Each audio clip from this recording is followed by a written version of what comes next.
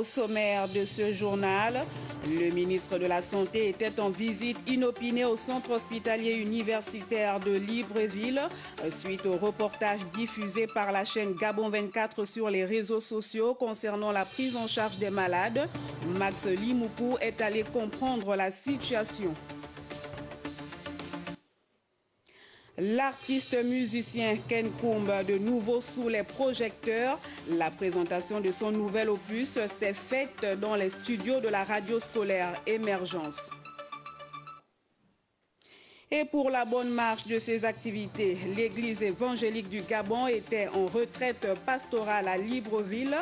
Plusieurs pasteurs de cette église ont effectué le déplacement de l'intérieur du pays pour communier avec Dieu. Madame, Monsieur, bonsoir et bienvenue dans ce journal. Toutes nos excuses pour ce léger retard. Suite au reportage diffusé par nos confrères de Gabon 24 sur les réseaux sociaux concernant la prise en charge des malades, au centre hospitalier universitaire de Libreville, le ministre de la Santé a effectué une visite inopinée dans cette structure sanitaire publique afin de comprendre la situation. Le reportage de Sheila Mebali. Ils ne reçoivent pas les malades bien. Les malades souffrent. Ce matin-là, on me dit qu'on doit transfuser mon enfant. Je suis à cause de 45 000 francs. Son père est fonctionnaire d'État. 45 000 francs ne veut pas transfuser l'enfant que son père viendra signer. C'est ce reportage qui défraie la chronique sur les réseaux sociaux et qui a occasionné une descente inopinée du ministre de la Santé au centre hospitalier de Libreville, notamment au service d'urgence. Max Limoukou a voulu s'enquérir de la situation et c'est le pédiatre urgentiste qui décrit les faits. Je tiens à rappeler que le nourrisson de 2 mois a séjourné 5 jours à la clinique SOS médecins et qui aurait été transfusé. Et l'état clinique ne s'améliorant pas du tout, a été référé aux urgences pédiatriques du CHUL. Et le nourrisson a été pris en charge rapidement, dès son arrivée, mardi 5. Un bilan a été fait, l'équipe, tout le service de pédiatrie s'est réuni pour faire un staff sur l'enfant, pour expliquer pourquoi une détresse respiratoire persistait. Et nous avons probablement pensé avec le chef de service qu'il fallait pousser les explorations plus loin, qu'il fallait faire une échographie cardiaque, qu'il fallait transférer le nourrisson au CHU mère-enfant où se trouverait un cardiopédiatre. Les professionnels de santé refutent la thèse selon laquelle les services du centre hospitalier universitaire de Libreville auraient fait preuve de négligence. D'énormes efforts sont déployés pour prendre en charge tous les malades qui s'y rendent. Et juste après cette édition d'information, vous suivrez l'intégralité de ce reportage qui relate les circonstances du décès de ce nourrisson.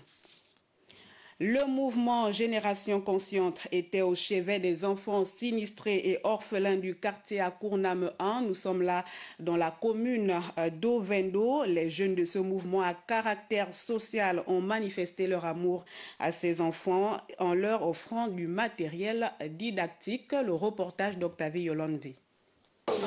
Offrir un environnement d'apprentissage sain ainsi que les outils nécessaires à leur formation est le principal objectif de la descente de ce mouvement sur le terrain des sinistrés et orphelins. Nous, en tant que MOGEC, Mouvement Génération Consciente, c'est promouvoir vraiment le social et la culture, surtout en milieu jeune. Donc ce soir encore, nous sommes venus ici distribuer modestement les petits présents qu'on avait, qui un complément de petites règles, un complément de petits cahiers, un complément de petites gommes. C'est un complément en apport à ce que les parents déjà auraient pu faire. Et vraiment, comme on dit, la plus belle femme ne peut donner que ce qu'elle a. Touché par cet élan de générosité, le chef de quartier et les bénéficiaires ont remercié les donateurs.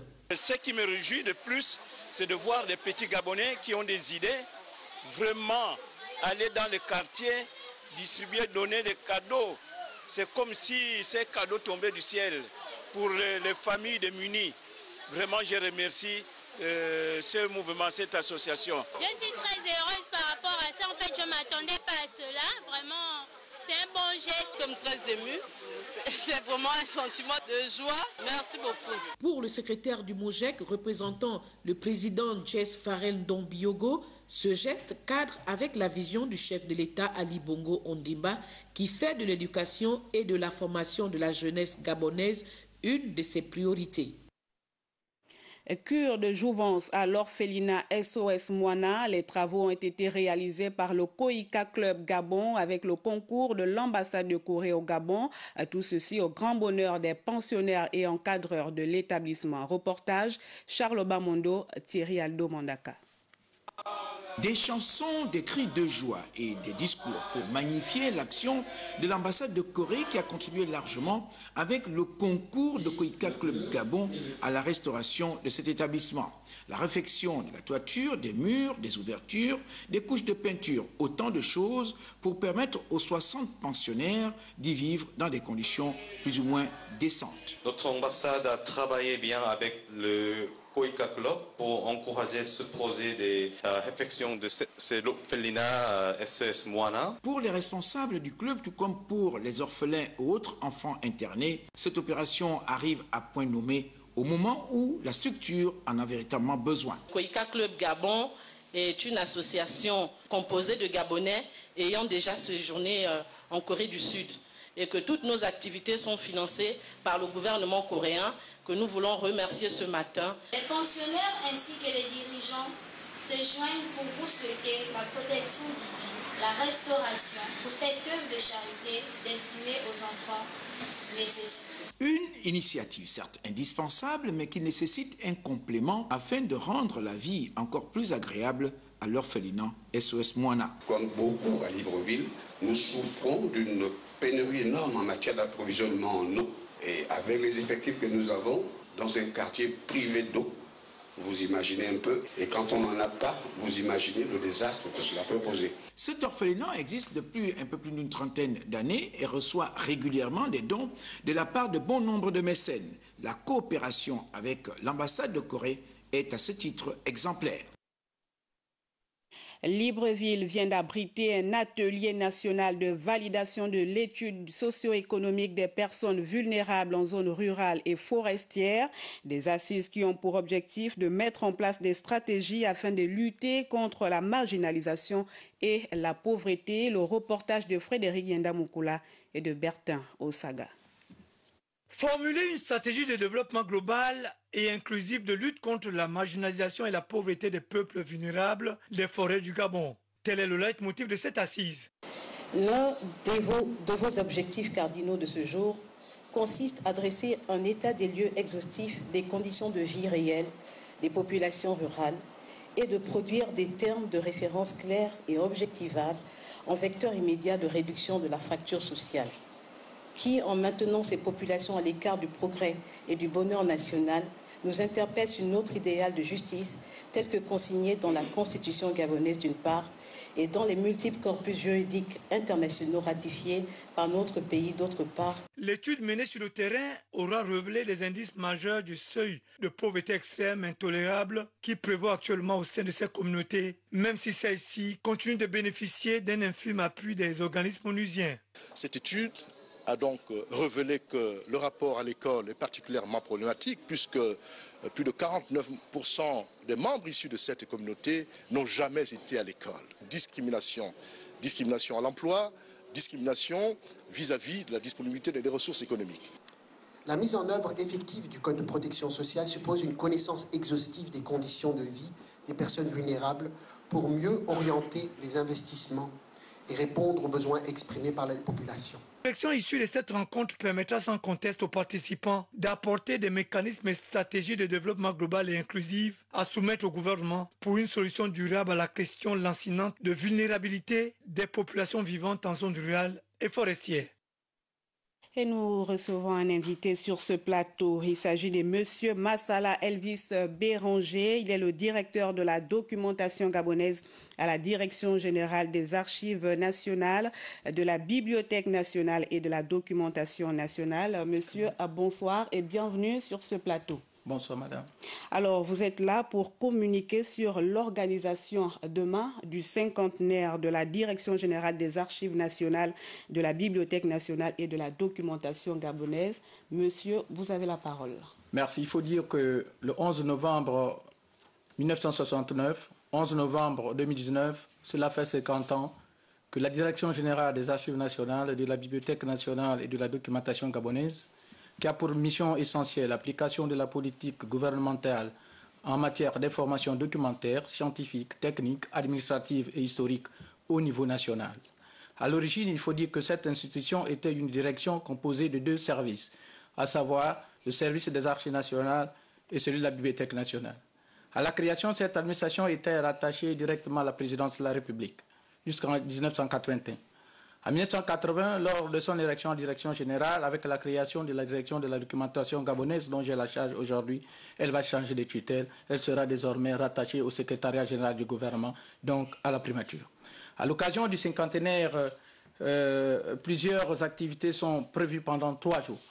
Ces activités commenceront donc demain lundi, au 13 novembre 2019. C'est dans cette perspective que l'honneur m'est choix de vous extérioriser le programme irrélatif.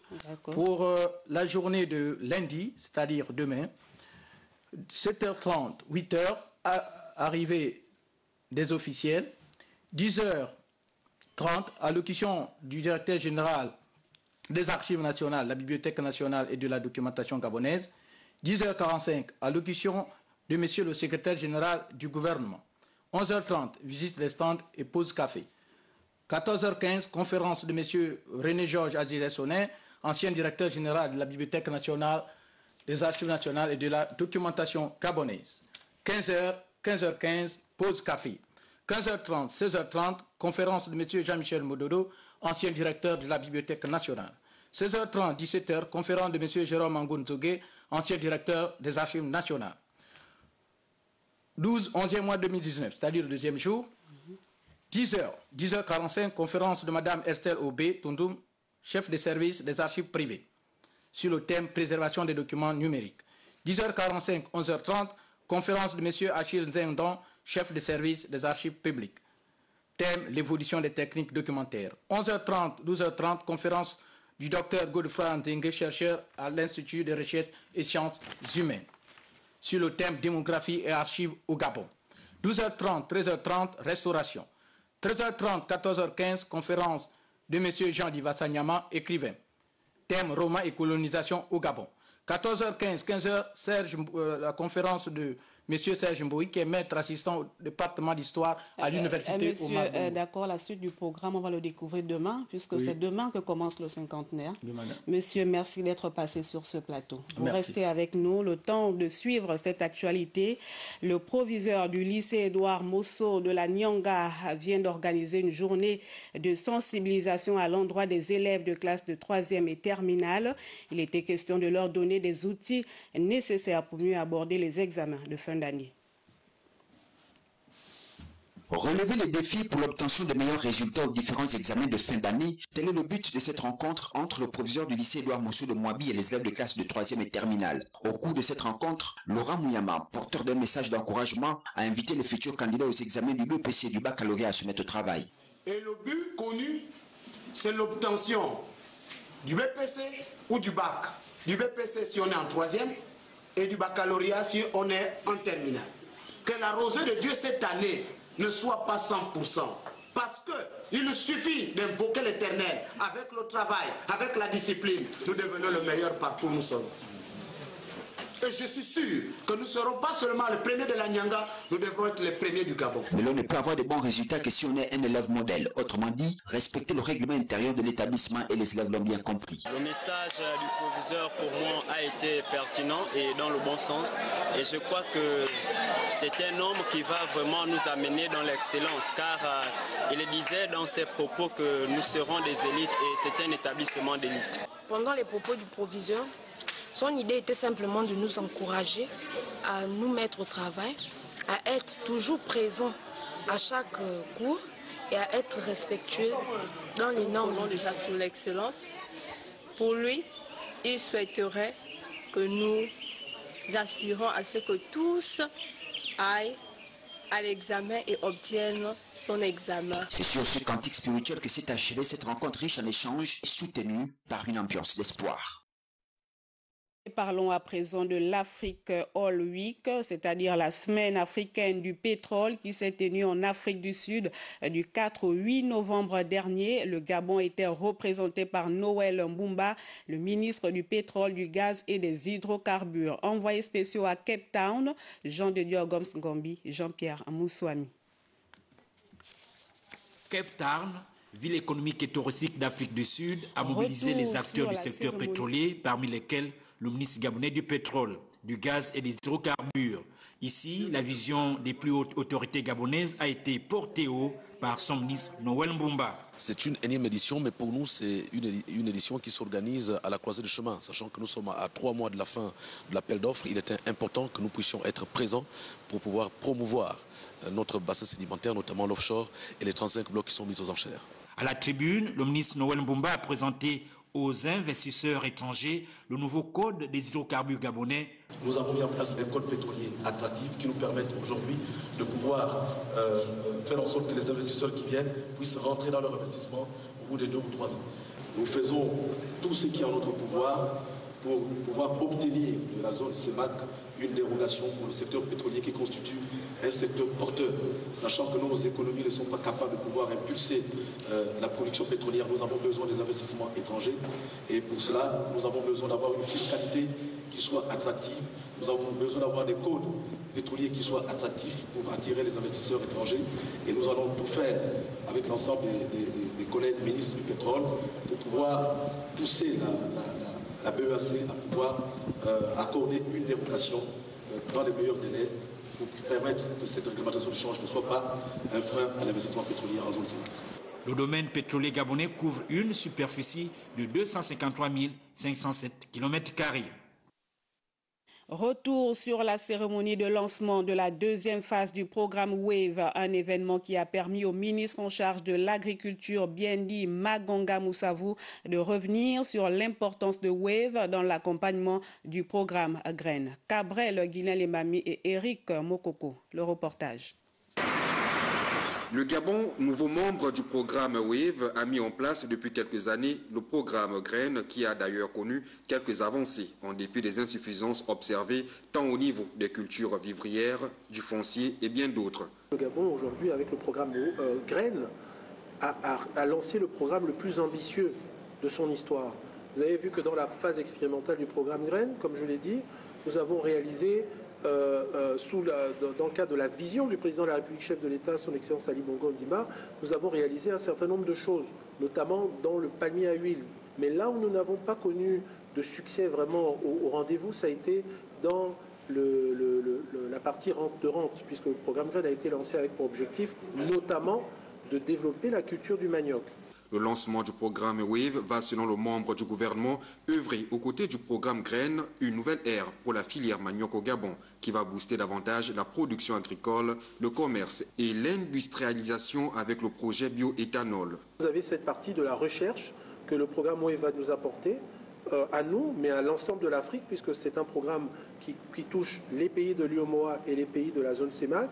Donc, ce que nous sommes en train de faire, c'est vraiment de penser à un développement agricole, la révolution agricole que le Gabon fait, que l'Afrique fait. C'est une révolution qui aujourd'hui, grâce au programme WAVE, est une révolution qui intègre la science. Et c'est très important. Le programme Graines, qui bénéficiera de l'appui de WAVE, devrait permettre le développement du secteur agricole au Gabon et stimuler l'augmentation des revenus et des emplois.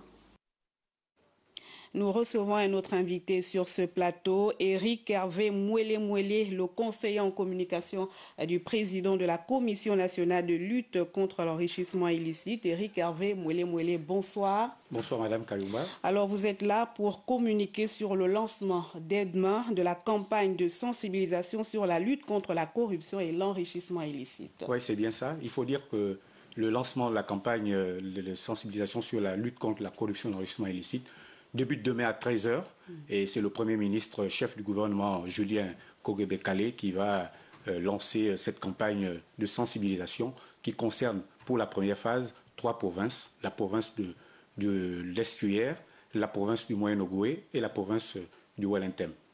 Alors cette campagne, comment elle va se dérouler? Alors la méthodologie arrêtée, retenue, ce sont des exposés et débats avec les participants. Et donc, quel est l'objectif visé par la campagne, au terme de tout ce que vous venez de dire? Alors, l'objectif visé par la campagne, le premier objectif, c'est de promouvoir les valeurs de probité et d'intégrité dans la gestion des affaires publiques et également susciter l'implication et l'adhésion de divers acteurs dans cette croisade contre la lutte contre la corruption et l'enrichissement illicite, les phénomènes de corruption et d'enrichissement illicite qui annihilent les efforts consentis de développement du Gabon. Et donc, il s'agira pour nous de nous déployer sur l'ensemble des provinces subventionnées avec des messages de la Commission qui va porter sur 4 thèmes. Il s'agit des généralités sur le phénomène de la corruption et l'enrichissement illicite, la déclaration des biens, le mode opératoire de l'enquête et les réformes et prospectives. Donc, il faut retenir une chose, c'est que la lutte contre la corruption et l'enrichissement illicite n'est pas l'apanage de la Commission. C'est une action qui doit être collective. Nous tous devons lutter contre la lutte contre la corruption et l'enrichissement illicite. Et comme disait le philosophe et homme politique français Alexis de Tocqueville, ce qui met en danger la société, ce n'est pas la grande corruption de quelques-uns, mais le relâchement de tous. Alors, qui sont les participants? Alors, les participants, ce sont tous les dépositaires de l'autorité de l'État, les confessions religieuses, également toute personne intéressée. Rapidement, peut-être nous rappeler le programme de demain, le lieu également. Alors, demain, c'est demain à 13h à l'immeuble Arambo. Le Premier ministre va procéder au lancement de cette campagne de sensibilisation qui est prévue s'achever le 17 décembre prochain dans la province du Wallintem. L'heure pour demain? Demain, 13h. Merci Eric Hervé Mouelé d'être passé sur ce plateau. Les formations initiées par les responsables politiques du Parti démocratique gabonais de la province de l'Est hier dans le cadre de leur rentrée politique viennent de prendre fin à Libreville. Plusieurs recommandations et résolutions ont été adoptées. Le compte rendu de Frédéric Yendamoukoula et de Gérard Mindou. Au terme des formations axées sur les thématiques choisies par les participants, militants et hiérarques du Parti démocratique gabonais à l'occasion de cette rentrée politique, plusieurs recommandations ont été adoptées. Ces séances d'études sont des moments de partage utiles et très instructifs car elles contribuent à éveiller notre conscience. Les participants doivent s'approprier ce travail, l'enrichir et le poursuivre au sein des bureaux des structures de base afin de renforcer leurs capacités opérationnelles et managériales. Clôturant les travaux du séminaire, le secrétaire provincial a rendu un vibrant hommage aux plus hautes autorités du Parti démocratique gabonais. Je voudrais d'abord remercier le camarade secrétaire général, Eric Dodo Bungenza, pour avoir initié ces ateliers d'études suite aux hautes instructions du distingué camarade président Ali Bongo Ondimba. Je voudrais ensuite remercier nos 2 membres du comité permanent qui ont bien voulu présider l'ouverture de nos travaux. Qu'il me plaise enfin de féliciter tous les participants à cette séance d'études pour leur contribution enrichissante. Les parties prenantes ont en outre réaffirmé leur fidélité et attachement aux idéaux du parti. Les camarades, membres du secrétariat exécutif local de la province de l'Estuaire, traduisent par la présente motion de soutien l'expression de leur attachement inconditionnel au distingué camarade président Ali Bongo Ondimba. Le rendez-vous a été pris pour la mise en pratique très prochaine sur le terrain des connaissances acquises tout au long de ces séances d'études. Nous en parlions hier. Frédéric Massavala Mambumba, ex-porte-parole de la Coalition pour la Nouvelle République, a rompu avec son ancien compagnon Jean Ping, mais il reste dans l'opposition. Alors comment comprendre ce repositionnement politique? Le regard de la rédaction porte la signature d'Éric Nzengi Badinga.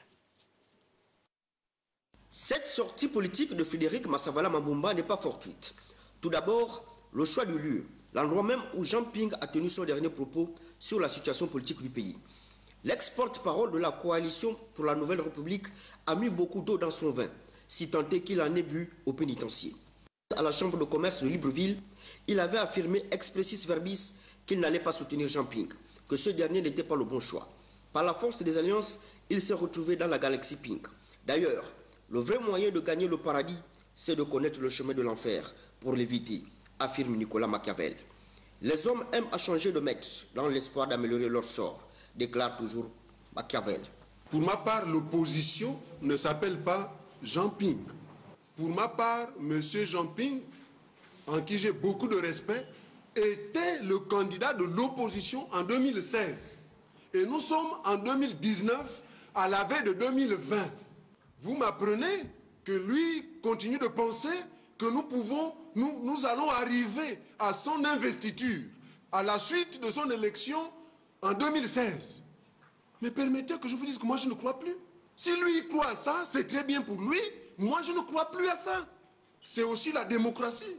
Jadis militant de l'ADR et membre du gouvernement, Frédéric Massavala Mambumba avait quitté le parti de Dijob Divung Dinding avec armes et bagages, tambours et trompettes pour rallier le PDG. En 2016, il a claqué la porte de ce même PDG. Quiconque abandonne ses aises pour les aises d'autrui perd les siennes, sans qu'on lui en sache gris, dit toujours Machiavel. Frédéric Massavala Mambumba en a fait la meilleure expérience. D'où la rencontre de Dende avec la voyée du prince pour rentrer dans ce droit. Dans une rhétorique messianique, il a affirmé qu'il n'y aura pas de terre promise avec Jean Ping. Tout cela n'est que vanité et poursuite du vent. Dans l'échiquier politique gabonais, c'est échec et mat pour Jean Ping. Le musicien gabonais Ken Koumba vient de présenter son nouvel opus. La présentation s'est faite au studio de la radio scolaire Émergence. L'artiste s'est prêté aux questions de la presse dans le